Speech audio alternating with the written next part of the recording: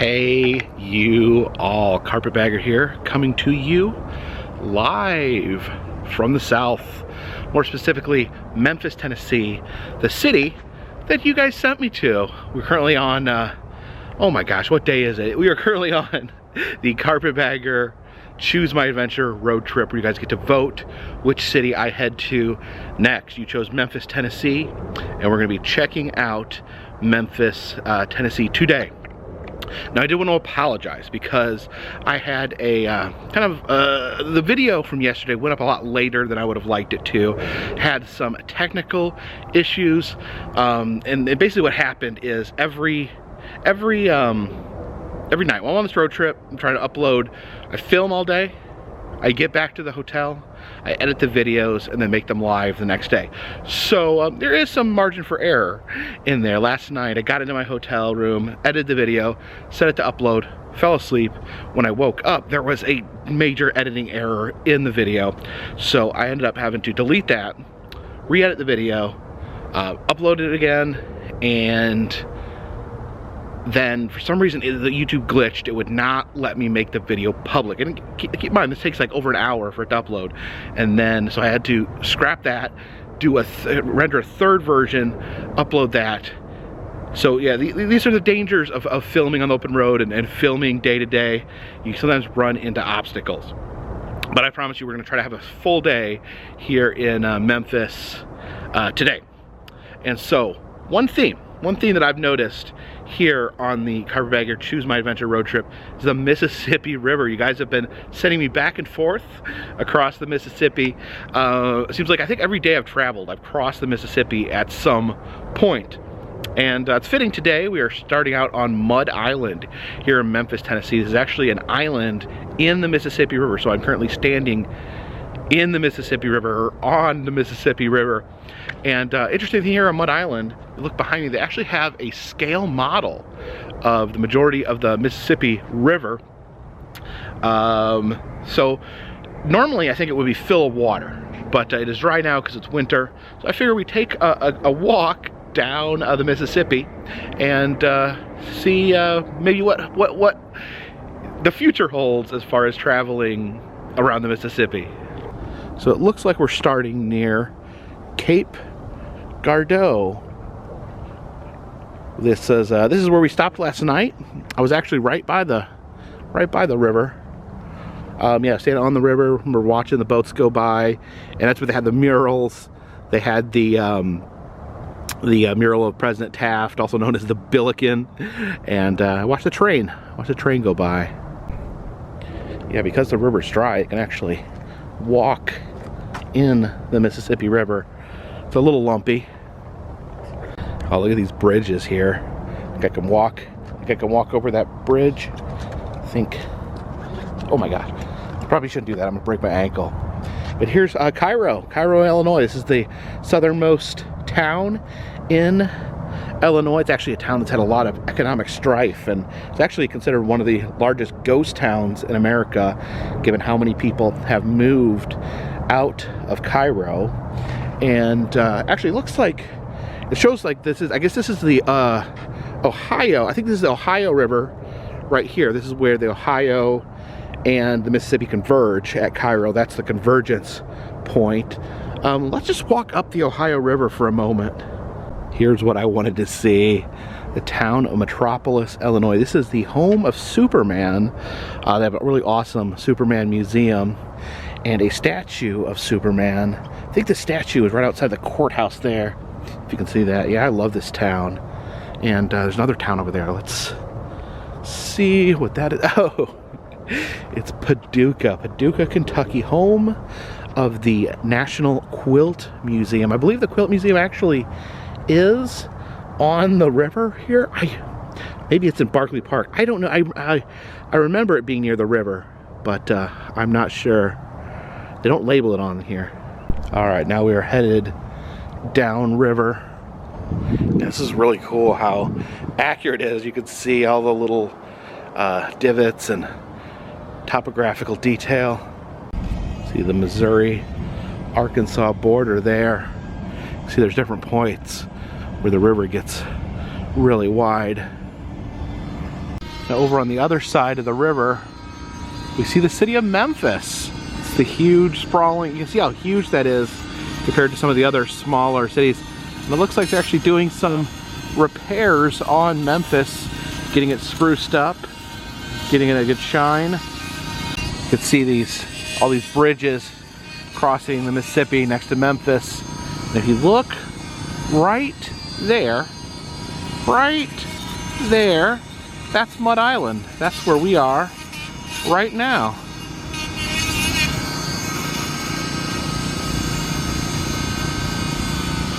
Continuing to head southward from Memphis. Let's see where we're headed now.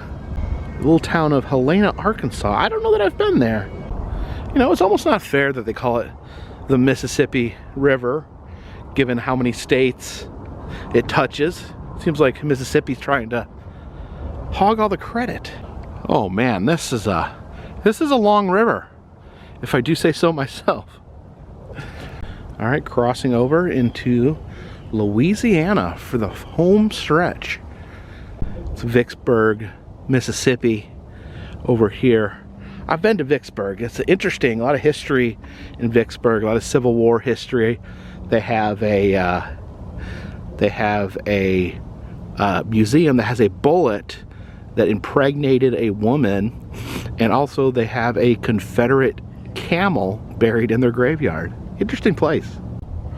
There's Natchez, Mississippi, famous for the giant statue of an African-American woman with a restaurant in her dress. I've been there too.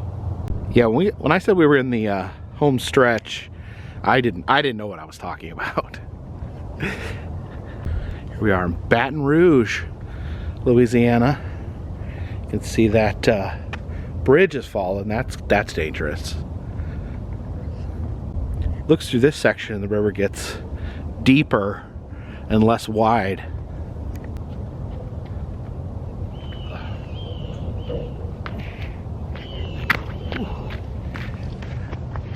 Oh, there we have La Place, which is Spanish for the place. This massive fountain over here, I guess that would be Lake Pontchartrain, looming here over New Orleans. Yeah, of course, you see that huge body of water there.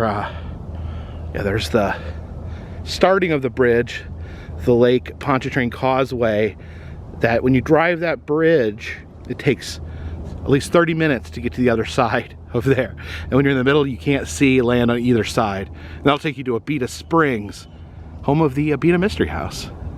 We see the Louisiana Superdome over there. And look at that. Do you see? Do you see down there? All the little people partying, getting drunk, and having a blast. That's Bourbon Street. And finally, we reach the end of the river as it empties here into the Gulf of Mexico.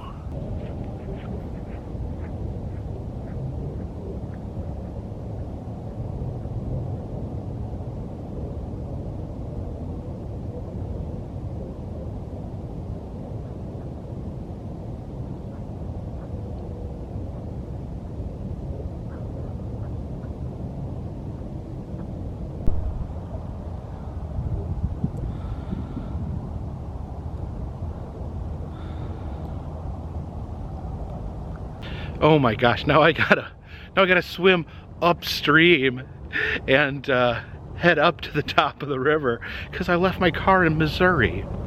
Yeah, you can actually see the current of the river as it heads towards the Gulf of Mexico.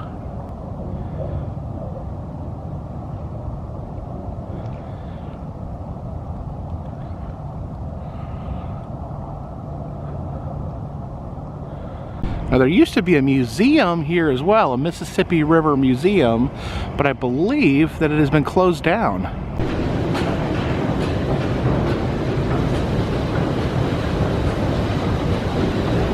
Yeah, it says the Mississippi River Museum closed for the season, so maybe we can come back and visit it in warmer weather. Oh, you can see that big old riverboat in there. That looks kind of cool.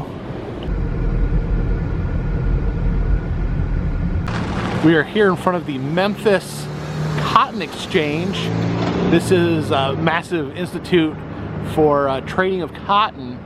It's established here in Memphis, and they actually have a museum inside. So I will invoke the EM rule and we will check out the Cotton Museum.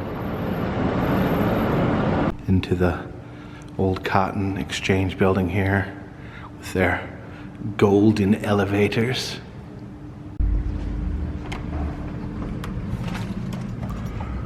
So wow, it almost looks like the Cotton Exchange, if I'm understanding this correctly, is almost like a stock market, but just for cotton. I guess that's how big cotton was at one point.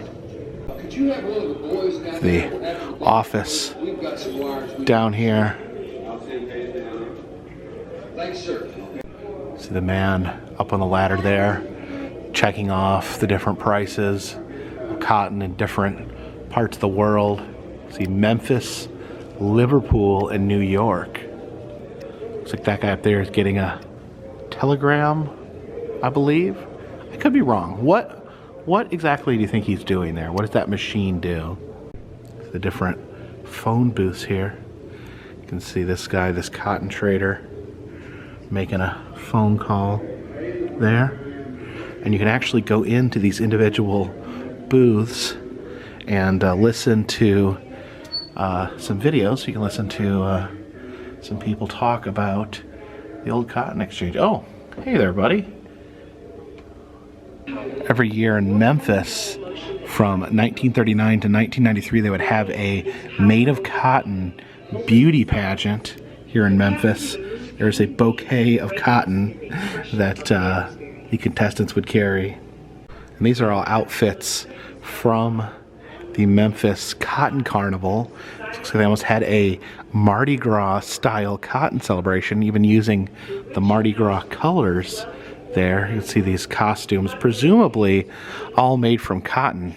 Oh, look, that's like the queen of cotton right there. Very interesting how much cotton was celebrated. Oh, you can actually see in the dress there is cotton embroidered into the dress. This almost looks like a cotton wedding dress.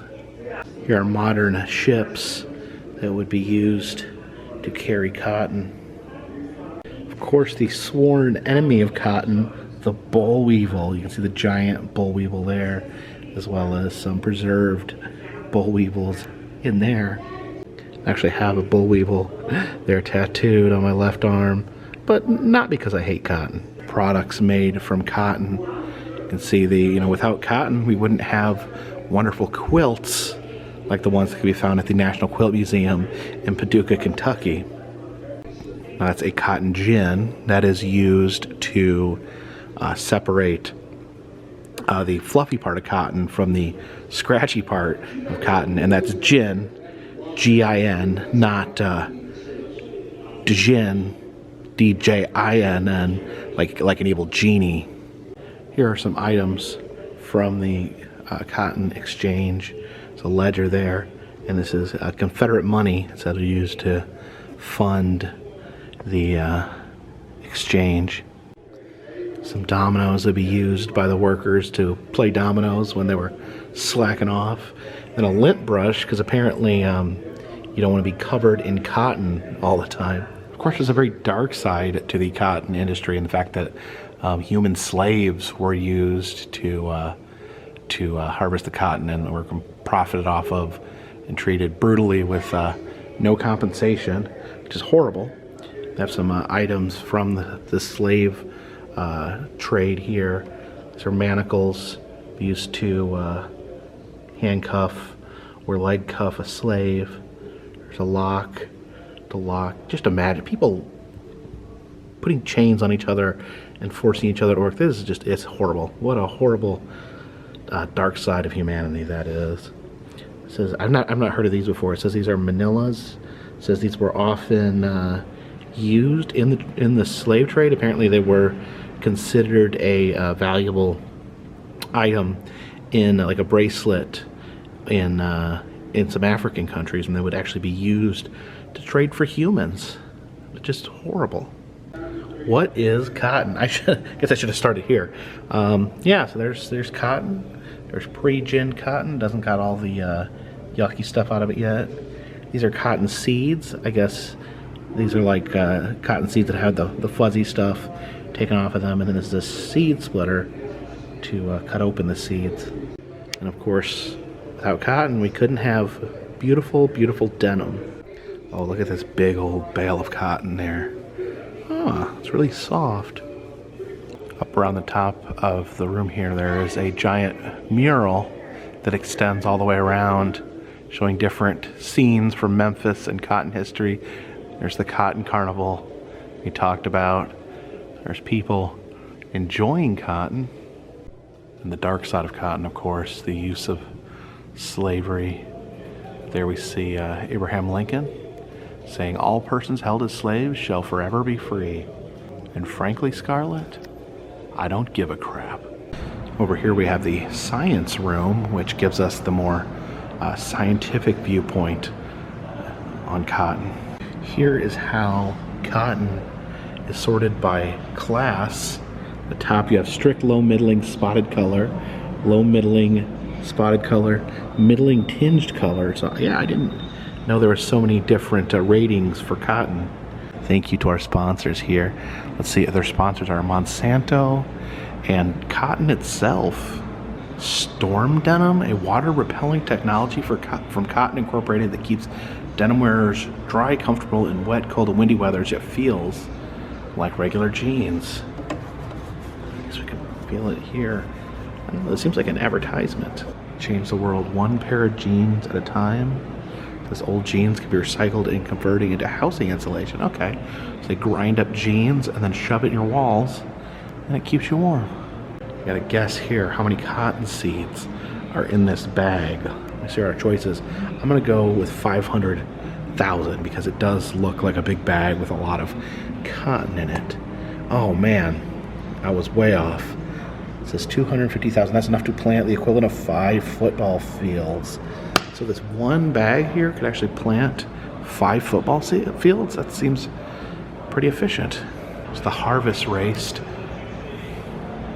There's the harvest race. It says you gotta race these cotton harvesters by answering questions. Difficult, middling, or easy. Let's stick with easy. Once cotton was sold in Memphis, it was put on a riverboat to travel down what river? Do you know the answer, boys and girls?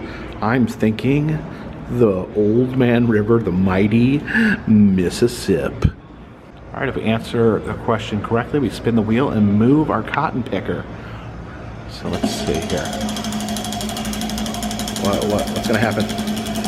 What's gonna happen? This wheel just keeps spinning. Is it even slowing? Okay, it's slowing a little bit. Slowing a little bit. Oh, it says go back 2 spaces because boll weevils migrated from Mexico to the United States in 1890 and ravaged crops across the nation. So unfortunately I can't even move back because I haven't even gone 1 space forward. This is a bad start to a cotton picker race. Feel the cotton there, so soft and cuddly. Oh, this one's wrapped in plastic. Here's a steering wheel, a cotton picker. Oh, I do like that little mascot there, a little cotton bulb. Here we have to test our strength, see if we can haul this giant bag of cotton across the field.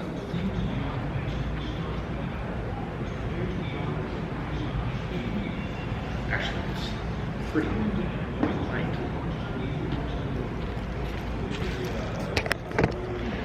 It's pretty light.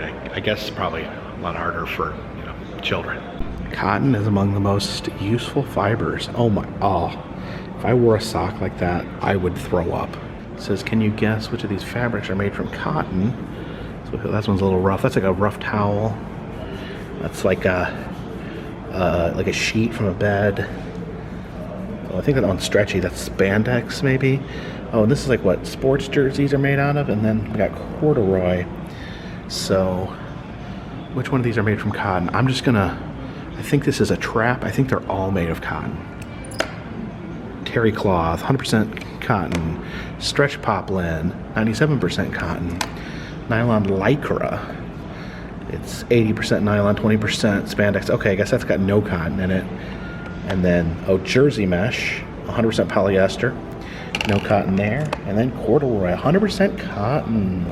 Of course, what would a night in Memphis be with a stop on Beale Street? It's kind of the Bourbon Street of Memphis. The party district, if you will. We have a statue to Elvis Presley, one of the famous residents of Memphis. So yeah, walking down Beale Street. Does not look like it's the busiest right now. It's a little bit early, but it's also a little cold. So maybe people aren't as up for walking around in the street and drinking as much as they normally would. Here in the window of the Rum Boogie Cafe, we get a drunken, shirtless Santa. Now I wanted to get some food at this location, Dyer's.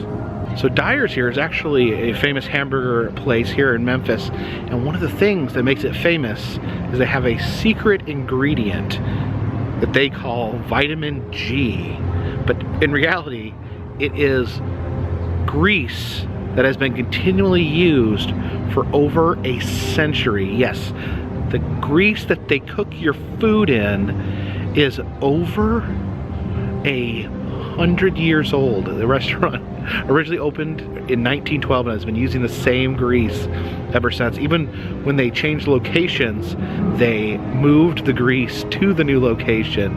So I mean you think about it, like all those years, 100 years of deliciousness all soaked in that grease. That sounds like the thing that dreams are made of. Oh, the warm, glowing light of neon as you eat your burger. Oh, look back there. That is a big black cauldron there. That's got the 100-year-old grease in it. Oh my gosh. It looks amazing. That's what the burgers and fries and everything here is doused in. You can see it like bubbling a little. Oh, and look at this. You can see that grease glistening off that burger. Oh, I guess they have to add fresh grease every once in a while just because of grease lossage like that. But yeah, 100 years of burgers infused in this grease. All right, so you got a greasy burger here, but grease is the name of the game here at Dyer's. Wow, that is very greasy and very delicious. Some pickles there. Melty cheese. I got the triple. Got 3 patties. It is dripping. 100 €. Maybe I should save some of this and take it home. Some of the grease and sell it online in the black market. But yeah, that is so good. The grease is like a sauce in itself, soaking the bun and the burger. Very good. Let's try some of these fries. They've been cooked in that amazing grease. So good. Of course, Beale Street, mentioned in the song Walking in Memphis, the line, with my feet 10 feet off of Beale.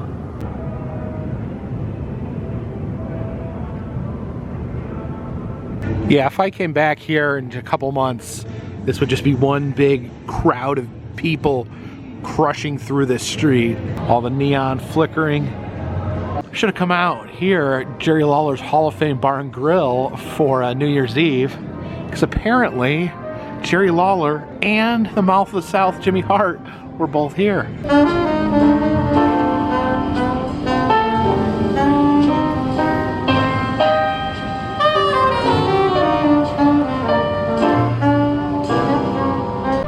Right here we have St. Elvis Cathedral. I guess I missed when Elvis got sainted.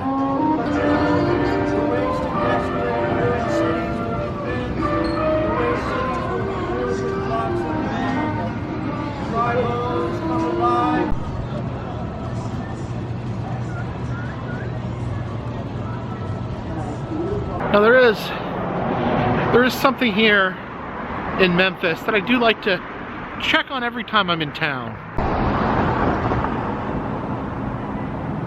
Yeah, every time I'm here in Memphis, I like to swing by the Flying Fish, where they have the world's first Billy Bass Adoption Center. If you go to the back of the restaurant, there's something that's special to me. Yeah, right here above the men's restroom is my fish. The Carpetbagger fish here at the Billy Bass Adoption Center. Those of you who've been viewing my videos for a long time, this used to actually be in the intro to all my videos. So yeah, that was 2019 when I donated my fish. We see some of the more recently donated fish over here on this wall. I like this one, the voodoo bass. He even has his own little voodoo doll. Looks like maybe is that like a voodoo doll of a fisherman. There's a Memphis baseball fish there. Yeah, it looks like these are the pandemic era fish.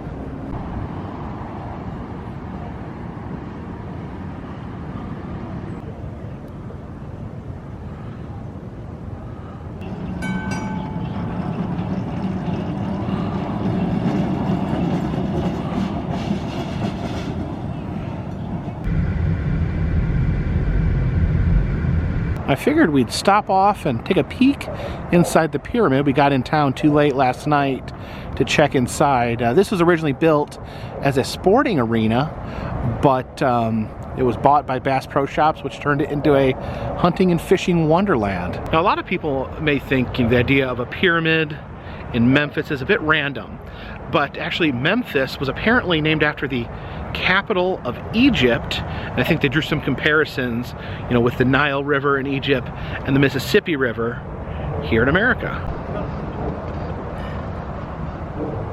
This fireplace is so massive it has an entire elk on the mantle. Oh, look at that. The guy's got a big old fish. See, it's pretty cool in here. They have an elevator that goes up to a restaurant on the top. You see all these trees with the hanging Spanish moss. And look at this.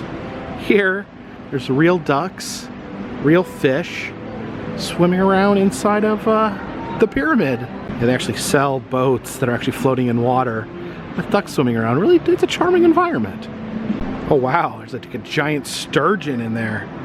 That's pretty crazy. You can see all these porches around here. These are the hotel rooms you can actually rent here at the pyramid. This big old cabin right here you can rent out. I actually looked into getting a room here, but it was a little out of my price range. Oh my gosh, there's some more sturgeons. Those are beautiful fish. Hey there, Mr. Sturgeon. And here at the bottom of the elevator, there's a pit of alligators. I may need to pick this up for my travels. Bass pillow. Oh, look at that delicious bass. There's more fish there in this aquarium. Look up there, some taxidermy black bears. The big old mean grizzly. Look at that. Oh, deer. Some turkeys on the rocks there. Oh, watch it, another mean old bear. Oh, here's more fish pillows. What kind of fish is that? Does it say? It does not say what kind of fish. Who knows what kind of fish that is? There's a clownfish from made famous by Finding Nemo. Got a catfish there with big long tentacly whiskers to tickle your cheeks while you're snuggling with them. Oh, you even have a dolphin. You know, technically dolphins are not fish.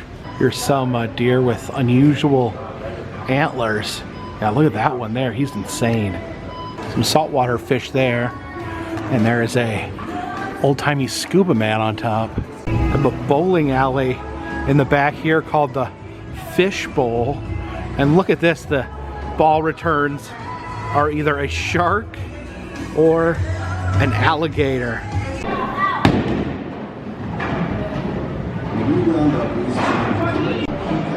There's a big old shark there hanging from the ceiling. Out in the middle of the marsh here, we have Hog Island. Look at all those wild boars. Oh, look at that big old monster catfish. Yeah, collection of fish here is very impressive. Oh, hey duckies. Looks like they're getting clean here. Clean little ducks. This old riverboat shooting gallery. I figure we'll fire off a few rounds. It looks like there's an alligator there under the porch. Oh, here he comes, here he comes. Slithering out from under the boat there. Big old alligator. All right, let's shoot this skunk here. Oh, look at that. Blast of skunk stink. It's the beaver dude. Okay, he's doing his little beaver dance. There's some sort of badger in that box back there. Yeah, there comes the badger. There he is.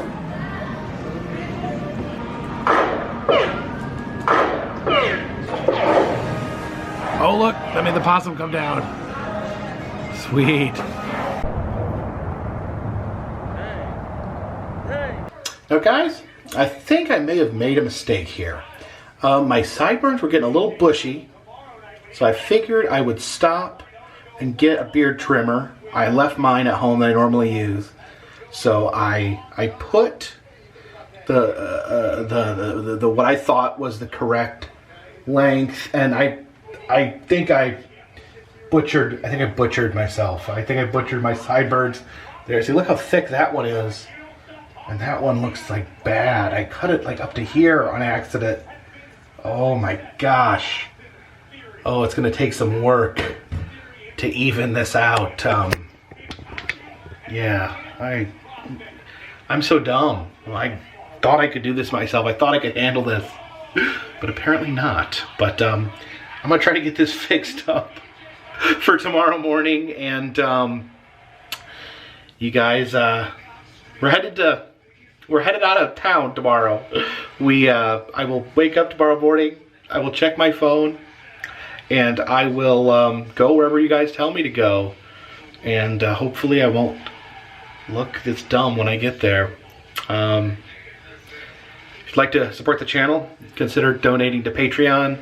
The $3 more will get you a postcard once a month. Oh my gosh. And selling enamel pins in the Etsy shop. And all that just helps keep this train on the tracks, this boat in the water, and this dirigible in the air. Until next time, my friends, this one's in the bag.